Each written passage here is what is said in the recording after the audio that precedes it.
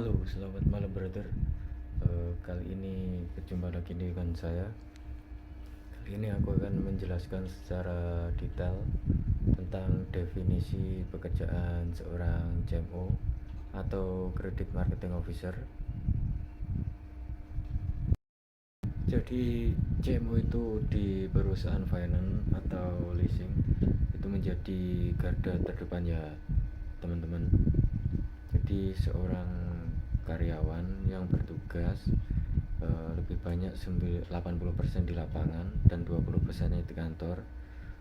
Kepanjangan dari CMO adalah Credit Marketing Officer, yaitu seorang yang melaksanakan tugas untuk survei kelayakan kredit ke rumah, ke tempat usaha atau tempat kerja.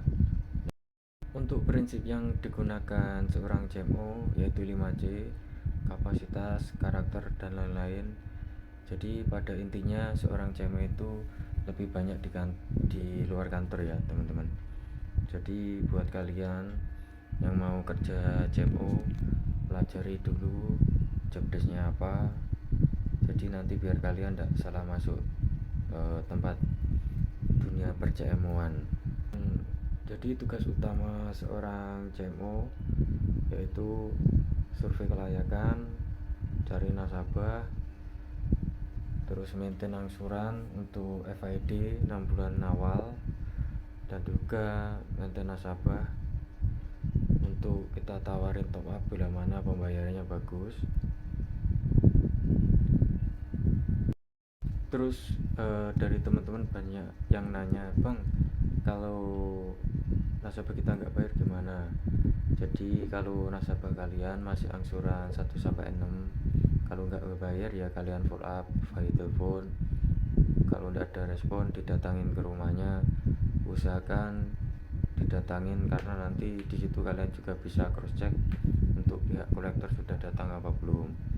Jadi kalian kalau belum datang segera koordinasi dengan supervisor, nanti biar supervisor yang menyampaikan dengan head call-nya. Yang penting ada koordinasi. Terus untuk masalah gaji, tenang ya teman-teman. Jadi untuk gaji pokoknya aman, nggak dipotong, karena gaji pokok itu kewajiban yang harus dibayarkan perusahaan kepada karyawannya.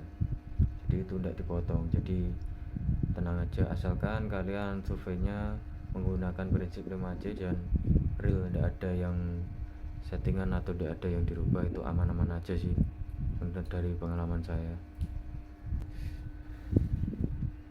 Terus untuk sistem kerjanya gimana bang? Jadi secara standar kerjanya sama kayak kantoran yang lain. Kita masuk jam 8, jam 5 pulang, itu secara operasional kantor ya. Tapi karena jam itu jamnya fleksibel, kita bisa sampai malam. Jadi pinter-pinternya teman-teman mengatur waktu untuk jadwal kerjanya. Terus yang paling sering terjadi itu di suatu perusahaan finance itu sering keluar masuk dan gonta-ganti karyawan. Kenapa? Dikarenakan yang pertama, ketika masuk itu fresh grade, belum pernah kerja di leasing atau perbankan. Karena kebanyakan yang kerja di leasing itu memang yang dicari fresh grade. Nanti niatnya sih mau dididik, ternyata 3 bulan, 2 bulan, 1 bulan kabur atau resign. Jadi mungkin kalian punya temen yang sudah wisuda dari pekerjaan CMO, bisa nanya-nanya dan nanti bisa komen di kolom di bawah ini. Jadi itu ya teman-teman, garis besarnya pekerjaan seorang CMO. Kalau kalian tidak bisa ngatur jadwal, itu pasti amburadul semua. Kesehatan kalian, keluarga kalian bisa kacau. Jadi pinter-pinternya kalian mengatur waktu untuk keluarga, untuk pekerjaan, untuk mengerjakan aplikasi, survei, bantu nagih, maintain, seperti itu ya. Terus yang paling banyak yang anak baru keluhkan itu biasanya pas waktu closing itu kan sampai, kalau di leasing swasta itu bisa sampai jam 12 malam, tergantung dari pusat nanti minta tutup sistemnya, store-nya jam berapa. Jadi di situ nanti untuk kolektor sama CMO pasti hitung-hitungan biar nggak kelok sama biar target untuk hitung-hitungan insentif. Jadi kalau kalian untuk insentifnya jauh dan untuk angsuran awal udah terbayar semua, tidak perlu ditalangi, karena nalangi pun kalau gambling itu belum tentu uang kalian akan kembali. Diingat baik-baik pesan saya untuk masalah closing, kalau insentif kalian dengan uang yang dikeluarkan tidak masuk, tidak perlu talangi. Oke, sampai sini paham ya garis besar pekerjaan tentang CMO. Jadi itu tadi garis besarnya, survei kelayakan, cari nasabah, maintain angsuran, bantu nagih. Intinya sih CMO itu kalau kredit itu intinya bayar. Walaupun kalian surveinya bagus, dalam persentase sukses rasio, kalau kelolosan 1-2 nasabah itu wajar dari 100 orang atau 100%. Kita kan juga manusia biasa. Jadi bila mana kalian dituntut sama atasan, gimana gini kok bisa meleset, itu di luar kendali kita, jawab aja risiko bisnis ya.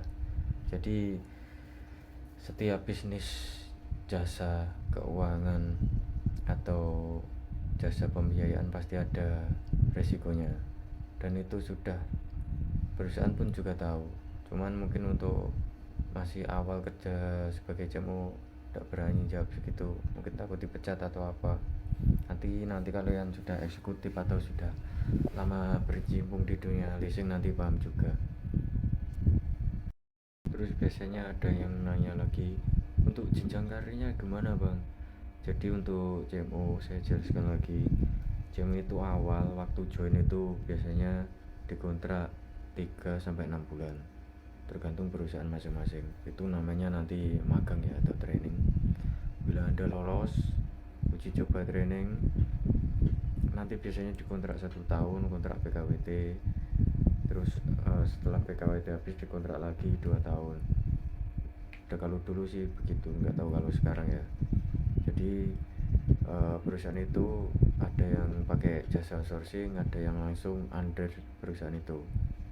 Jadi untuk jenjang karirnya pun bila kalian bagus kerjanya dan selalu target, mungkin bisa dipromosikan, tapi itu saya rasa sekarang lama, karena kan sistemnya masih yang senior dulu gitu.